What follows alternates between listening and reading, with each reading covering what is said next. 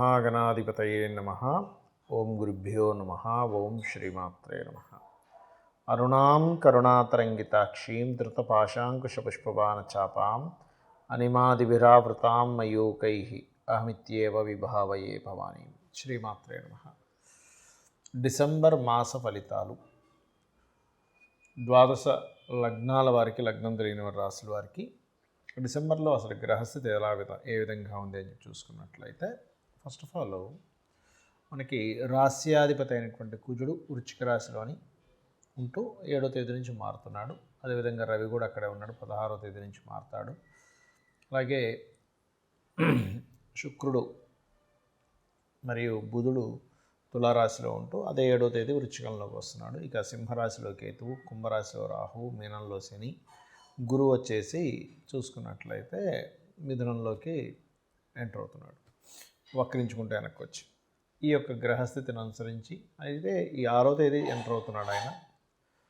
ద్వాదశ లగ్నముల వారికి, లగ్నం తెలియని రాశుల వారికి ఏ విధంగా ఉండబోతుంది, ఏ విషయాల పట్ల జాగ్రత్త తీసుకోవాలనేటువంటి అంశాలు ఒక్కొక్కటిగా తెలుసుకుందాం. అయితే ఈ విషయాలు చెప్తుంది నేనైనప్పటికీ కూడా చెప్పిస్తుంది సాక్షాత్ లలిత అమ్మవారిగా చెప్పిస్తుందనే భావంతో తెలుసుకుందాం. సింహం వారి కనుక చూసుకున్నట్లయితే మీ యొక్క లగ్నాధిపతి చతుర్థ భావంలో ఉన్నాడు. ఏదైనా రీసెర్చ్ రిలేటెడ్ నిగూఢమైనటువంటి విషయాలు ఇటువంటివి మీరు చదవడం జరుగుతూ ఉంటుంది. అదేవిధంగా కొద్దిగా కొత్త వ్యక్తులు, ముఖ్యంగా మీకు బిజినెస్ లైన్లో ఉండేటువంటి వ్యక్తులు కొంతమంది పరిచయం అవుతారు. అదేవిధంగా కొంత భూ సంబంధించినటువంటి వ్యవహారాలకు సంబంధించిన విషయంలో చిన్న చిన్న ఘర్షణలు మళ్ళీ మీ భూమికి రావడము ఇటువంటివి బలంగా చూపిస్తున్నాయి.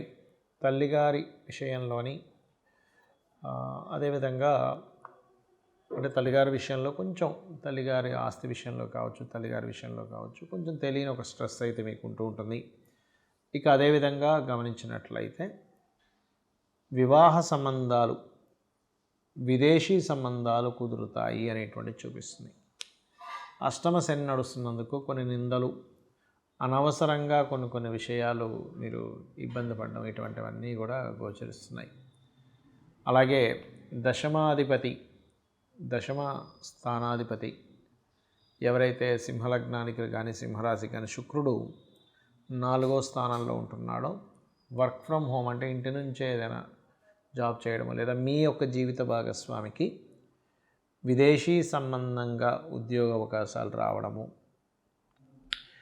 కాస్త ఆ లగ్నంలో కేతు ఉన్నందుకు కొంత దేవతా సంబంధించినటువంటి ఆరాధన చేయడము, మరియు అలాగే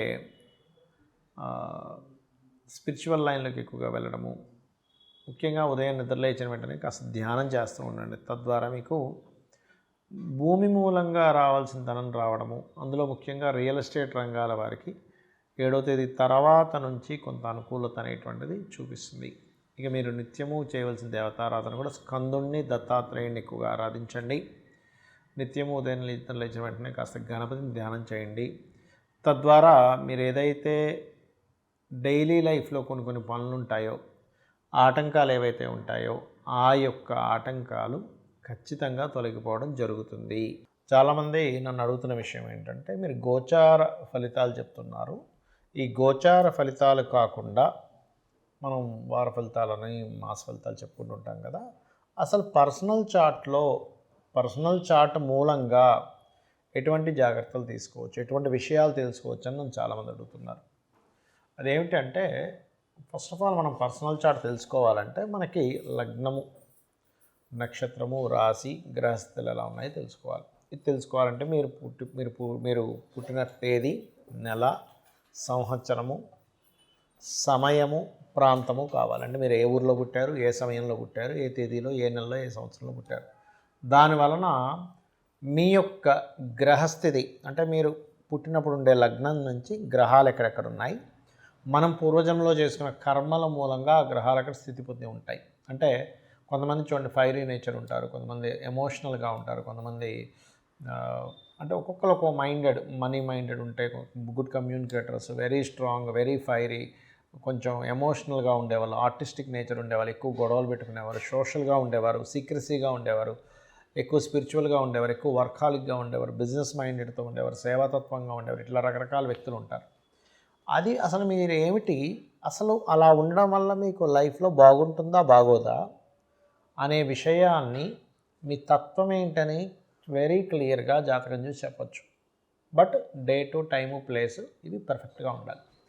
దానివల్ల ఎక్కడ డ్రాబ్యాక్ అవుతుంది, నేను ఏం చేస్తే బాగుంటుందని తెలుస్తుంది. ఇక రెండో పాయింట్ ఏంటంటే ఇక్కడ మీ ధనం, ఈ ధన సంబంధించిన విషయాల్లో చాలామంది చూడండి ఏదో చదువుతారు, ఎక్కడికో వెళ్తారు, అది వర్కౌట్ అవ్వదు, లైఫ్లో చాలా సంవత్సరాలు వేస్ట్ అయిపోతుంది. అసలు ఎందులో బిజినెస్ చేస్తే ఇప్పుడు ధనభావాధిపతి ఎవరయ్యారు, అది మెడికలా, ఇంజనీరింగా, లేకపోతే ఫుడ్ రిలేటెడ్ సంబంధించిందా, ట్రాన్స్పోర్టింగ్ రిలేటెడా, రీసెర్చ్ రిలేటెడా, స్కూల్స్ పెట్టుకోవాలా, కాలేజెస్ పెట్టుకోవాలా, లేకపోతే ఓన్గా చేసుకోవాలా, జాబ్ చేయాలా, లేదా ఇక్కడ చేయాలా, వేరే దగ్గరికి వెళ్తే బాగుంటుందా, విదేశాలకు వెళ్తే బాగుంటుంది, ఇవన్నీ కూడా మీ ధనాధిపతి చెప్పేస్తాడు.